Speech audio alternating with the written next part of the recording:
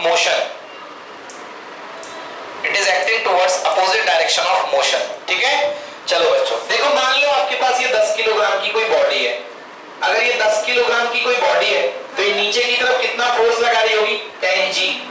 नीचे की तरफ 10G फोर्स लगा रही होगी, और नीचे की तरफ 10G के बदले में ऊपर की तरफ भी इसको रिएक्शन मतलब कितना मिल रहा होगा? 10G। बिकॉज नॉर्मल रिएक्शन दोनों का इक्वल होता है, तो इसमें नॉर्मल रिएक्शन भी इतना ही लग रहा होगा। अभी आप इस पर कोई पुल नहीं कर रहे हैं। अगर आप इस पर कोई भी पुल नहीं कर रहे हैं, पुल आपने कोई पुल यहां पर नहीं लगाया है, इसको नहीं खींच रहे हैं आप, जब तक आप इसको नहीं खींच रहे हैं, सुनो, इधर आप इसको नहीं खींच रहे हैं तो ये सरफेस इस पर किसी भी प्रकार का फ्रिक्शन नहीं लगाएगी जब तक आप नहीं खींच रहे हैं। तो अगर आपने यहां पर कोई फोर्स नहीं लगाया है तो यहां फ्रिक्शन कितना है? 0। तो अगर बॉडी जस्ट रखी हुई है, अगर बॉडी जस्ट रखी हुई है तो ये बॉडी पर फ्रिक्शन नहीं लगेगा, जस्ट रखी हुई है तो। यस नहीं, एक्शन रिएक्शन तो इसके लिए देखो, ये पेयर जो है, ये पेयर की बात अलग है, इधर के मोशन से कोई मतलब नहीं है, फ्रिक्शन का इधर के उससे कोई मतलब नहीं है, ये फोर्स तो बैलेंस हो गए। ठीक है ना? अब आप देखो कर क्या रहे हो, तब आपको समझ में आएगा फ्रिक्शन कब स्टार्ट होगा। यस बोलो। सरफेस के नेचर पर, यस, सरफेस का नेचर पर फ्रिक्शन डिपेंड होता है। करेक्ट। अगर सरफेस ज्यादा दरदरी है तो फ्रिक्शन ज्यादा होगा, रफ। अगर ज्यादा रफ सरफेस है तो फ्रिक्शन ज्यादा होगा, अगर स्मूथ सरफेस है तो फ्रिक्शन कम होगा। अब देखो मैं समझा रहा हूं तुमको, ये है एक्सिस में आपका लगाया हुआ फोर्स और ये है आपका फ्रिक्शन फोर्स जनरेट होने वाला। ये आप लगा रहे हैं, this is called external force and this is called friction force. ठीक है ना? अंशिका को हमने कहा, अंशिका ये 100 किलोग्राम का बोरा है, इसको खसका करके एक कमरे से दूसरे कमरे में रख दो।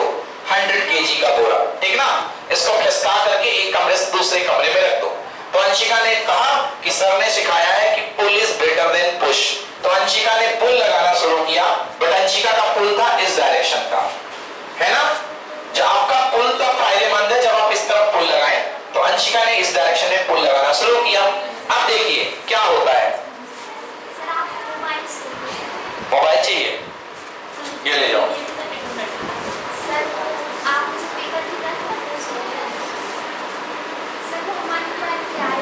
कोई बात नहीं, कुछ नहीं होगा, ओके, मिल जाएगा। देखो तो देखो बेटा, यहाँ पर पुल है, बेटा गेट लगा दो। ये पुल है, आपने यहाँ पर पुल लगाना शुरू किया, बहुत अच्छे से समझना बेटा। अब आपने यहाँ पर पुल लगाना शुरू किया, अंशिका ने पहले 1 न्यूटन का लगाया फोर्स। क्या 1 न्यूटन में टस से मस होगा? नहीं होगा। क्यों? कोई चीज कब नहीं हिलती है, किसी चीज में कम मोशन नहीं होता है, जब जितना फोर्स आपने यहाँ लगाया है उतना ही फोर्स यहाँ पर आ जाए। तो आपने 1 न्यूटन, क्योंकि if a body is in rest it will be in rest, if a body is in motion it will be in motion, so this body is in rest. अब ये बॉडी मोशन में कब आएगी? जब इस पर unbalanced force काम करेगा, but still this body in balanced, that's why ये स्टॉप तभी तो है, मतलब ऑटोमेटिकली यहाँ पर कितना क्रिएट हो जाएगा? 1 न्यूटन। कितना क्रिएट होगा? इट इज सेल्फ एडजस्टिंग, एक लिमिट तक ये सेल्फ एडजस्टिंग है। देखना, आपने 1 न्यूटन लगाया तो आपने लगाया 1 न्यूटन, यहां पर भी आ गया 1 न्यूटन, ओके। चलो ये 1 न्यूटन है, आपने लगाया 2 न्यूटन, ये भी लगा दिया 2 न्यूटन, ये 2 न्यूटन बढ़ गया इसके पास, तो 1 का 1, 2 का 2, है ना? 3 न्यूटन पे 3 न्यूटन, 4 न्यूटन पे 4 न्यूटन, 5 न्यूटन पे 5 न्यूटन, है ना? घर में जैसे लड़ाइयां होती है ना, वैसी सिचुएशन है। यहां पर एक ने जवाब दिया, एक ने कुछ कहा, दूसरे ने लौटाया उसी पावर में, है ना? एक्शन रिएक्शन उसी पावर में लौटाया। अच्छी लड़ाई बढ़ती जा रही है, बढ़ती जा रही है। अंशिका का फोर्स जो है, बस इस टेबल को खसकाना है मुझे, बस और जोर से, और जोर से। एक लेवल तक आपका फोर्स बढ़ गया, है ना? एक लेवल तक आपने फोर्स बहुत बढ़ा दिया। ये चेयर रखी है, मैं इस चेयर को खींच रहा हूं, फोर्स की रीडिंग देखना, 0 1 2 3 4 5 6 7 8 9 10 11 12 13 14 15, ये तो उल्टी हो रहा है। 15 के बाद ये जैसे बस खसकने की कंडीशन में आ गई, तो ये यहां पर टॉप पॉइंट पर पहुंच गया। मान लो वो पॉइंट है 15 न्यूटन आपने लगाया, 15 न्यूटन। अब 15 न्यूटन इसने यहां बैक साइड लगाया, अभी तक बॉडी रुकी हुई है, तो यहां तक जो सेल्फ एडजस्टिंग फ्रिक्शन क्रिएट हुआ है, जो बॉडी की रुकी हुई स्टेट में क्रिएट हुआ है, this type of friction is called static friction. कौन सा फ्रिक्शन? Static friction. तो यहां से लेकर के यहां तक जो फ्रिक्शन की रेंज गई है, that is called static friction. यहां से लेके यहां तक, तो हम कहां आ गए थे? 15 न्यूटन, है ना, 15 न्यूटन। अब बस जैसे ही हमने 15.1 किया, बॉडी खिसकना शुरू हो गई, मतलब 15 न्यूटन आपका टॉप पॉइंट है। कौन सा पॉइंट है? Top point. तो स्टैटिक फ्रिक्शन की लिमिटिंग वैल्यू, लड़ाई अपने अति पर पहुंच गई, अति पर, आर्गुमेंट बिल्कुल हाई लेवल पे पहुंच गए, बस उसके बाद अब हाथ घूसे चलने बाकी थे। तो यहां पर जो फ्रिक्शन होता है इस पॉइंट पर, this friction is called limiting friction. So definition of limiting friction, what is limiting friction? It is the maximum value of the static friction. इसको मैं खिसका रहा हूं, 1 न्यूटन, 2 न्यूटन, 1 2 3 4 5 6 7 8 9 10 11 12 13 14, बस 15 पे खसकना शुरू हो रहा है। ओके, तो जस्ट जहां पर खसकने के स्टार्ट हो जाए, जहां पर वो मोशन पे आ जाए, तो वहां पर कौन सा friction? Limiting friction. Just before motion, motion के जस्ट पहले। आपने आप महसूस किए होंगे, अगर आप किसी भारी चीज को खसकाते होगे तो पहले आपको ज्यादा फोर्स लगाना पड़ता होगा, एक बार चल दे हो, फिर उसके बाद आपको आराम आराम से वो अपने आप खिसकते जाती है। खिसकाए कभी कार्टून वार्टून भारी से, उसको खिसकाए होगे तो पहले जब खिसकता नहीं है तो थोड़ा फोर्स लगाना पड़ता है, एक बार बस चलना शुरू हो जाए फिर उसमें फोर्स कम लगता है। तो क्या हो गया? लड़ाई हुई, आर्गुमेंट अति तक पहुंच गए, फिर एक ने खींच दिया झापर, एक ने खींच दिया झापर, है ना, तो फिर काइनेटिक फ्रिक्शन शुरू। यहां पर काइनेटिक फ्रिक्शन आ गया, तुरंत जैसे ही झापड़ लगा, लिमिटिंग के बाद लिमिट कहते ना, अब हो गई लिमिट, उसके ऊपर नहीं, तो लिमिट हो गई। लिमिट से ज्यादा किसी ने बढ़ने की कोशिश करी, एक ने लगा दिया झापड़, ये हो गया काइनेटिक। और काइनेटिक फ्रिक्शन कांस्टेंट होता है, बॉडी चलने लग गई, फिक्स मोशन बॉडी करने लगेगी, this is called friction curve. ये हो गया स्टैटिक फ्रिक्शन, ये हो गया limiting friction, and this is kinetic friction. समझ में आया? ये होता है काइनेटिक फ्रिक्शन। क्लियर? तो ये काइनेटिक फ्रिक्शन आ गया आपके पास। ओके, कोई प्रॉब्लम? फिर से बता दो, आपने एक कार्टून रखा, धक्का देना शुरू किया, 0 newton, back 0 newton, 1 newton, back 1 newton, up to 15 newton तक आपने फोर्स लगाया, आपको 15 न्यूटन तक बैक मिलता रहा, बॉक्स नहीं चलेगा। जैसे 15 न्यूटन के आगे लगाया तो फ्रिक्शन बढ़ेगा या कमेगा? अरे कैसे बढ़ेगा बेटा?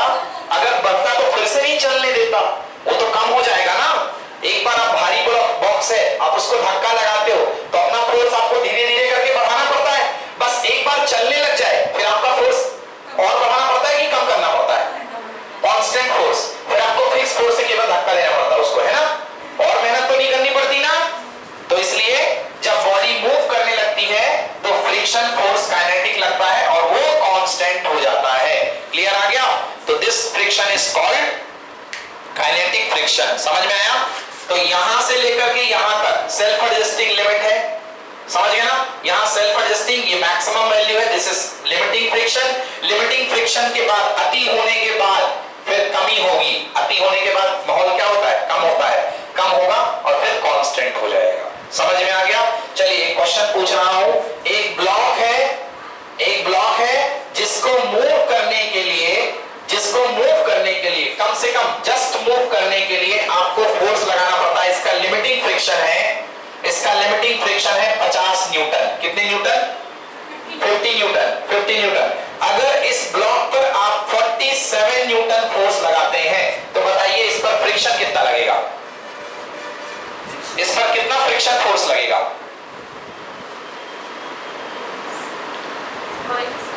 कितना फ्रिक्शन फोर्स लगेगा इस पर? भूल गए? इतना यही समझाया? No, oh my God, friction is the self adjusting force. Limiting कितना है? 50, मतलब 50 पर लिमिट होगी, उसके पहले जितना आप दोगे उतना आपको वापस मिलेगा। बोलो यस और नो? 50 तक जितना आप दोगे उतना वापस मिलेगा। अंशिका ने लगाया 1 न्यूटन का, यहां कितना लग गया? 1 न्यूटन, 2 न्यूटन, 2 न्यूटन, 3 न्यूटन, 3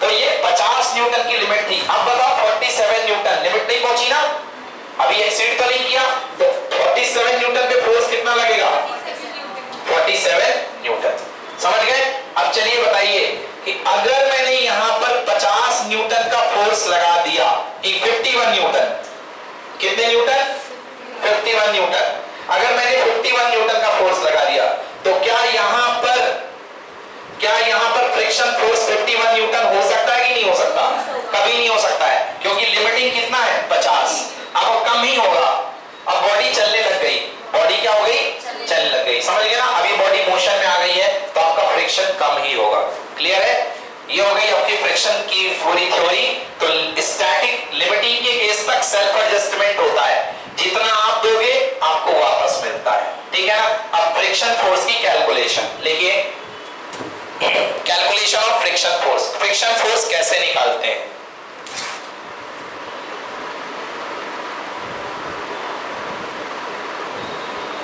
ठीक है ना। एक्चुअली देखो फ्रिक्शन फोर्स जो होता है वो वेट पर डिपेंड करता है, वेट पर डिपेंड करता है। बेटा खाली कुर्सी को खिसकाना बहुत आसान है, मैं ना खाली कुर्सी में मैं यही कुर्सी जमीन में रख दूं, मिट्टी वाली जमीन में, और मैं कुर्सी को खींचूंगा, जमीन पर कम निशान बनेंगे। उसी कुर्सी पर आपको बिठा के खींचा जाए तो जमीन पर ज्यादा निशान बनेंगे कि कम निशान बनेंगे? ज्यादा निशान बनेंगे। मतलब ये हुआ कि कहीं ना कहीं जो फ्रिक्शन है वो वेट पर डिपेंड। निशान किसकी वजह से बनेंगे? फ्रिक्शन की वजह से। फ्रिक्शन ही तो निशान छोड़ता है ना।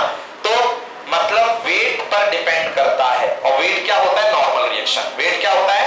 Normal reaction. तो पहले लाइन हमारे पास आती है, friction force is directly proportional to normal reaction. Friction force is directly proportional to normal reaction R। Friction force is directly proportional to R। Okay, friction force is directly proportional to R। Yes, देखो for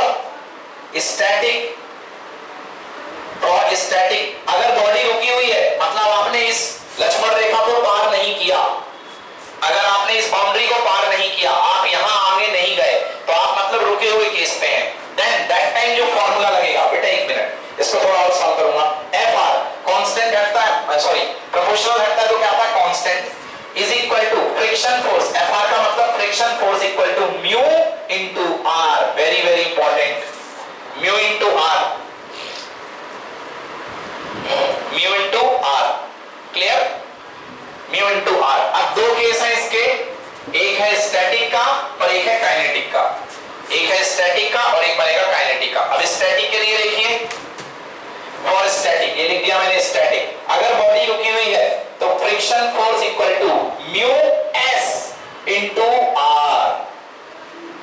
mu s into R। अगर body रुकी हुई है, mu s, what is this? This is coefficient of static friction. Mu s को बोलते हैं, mu s is called coefficient of static friction।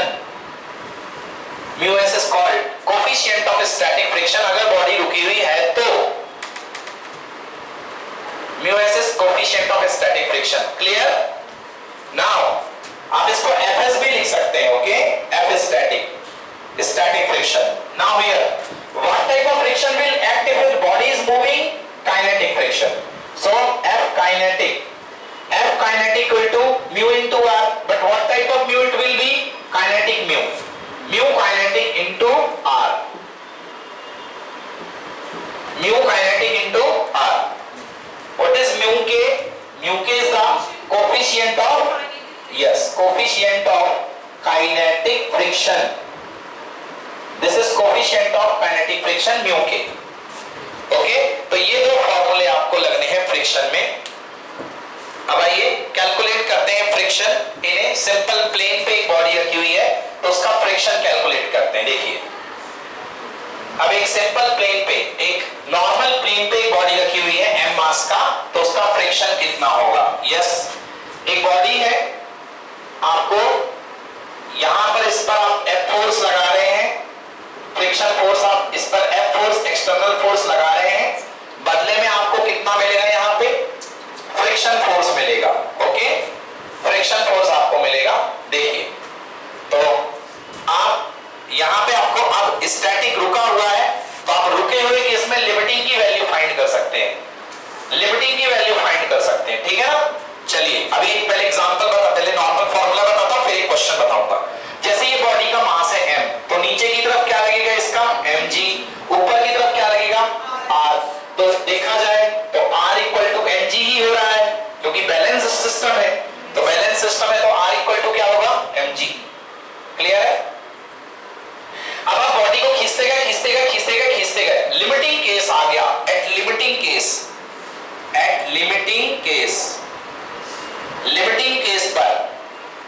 Case पर आपने जो लगाया है फ्रिक्शन फोर्स इक्वल टू, हमने पढ़ा है friction force equal to mu s into R.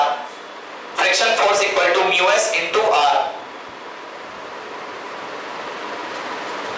Friction force equal to mu s into are.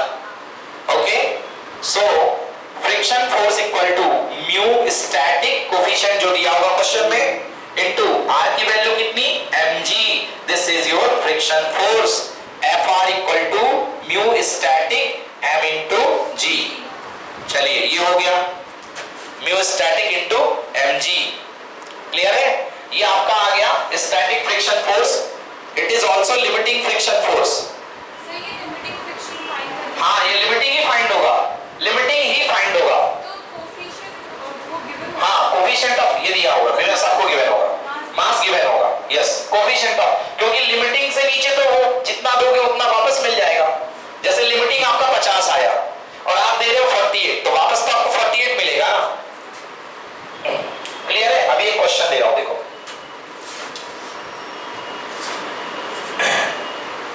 लिखिए, ए ब्लॉक ऑफ 100 किलोग्राम. क्वेश्चन की सिचुएशन बना लो बच्चों.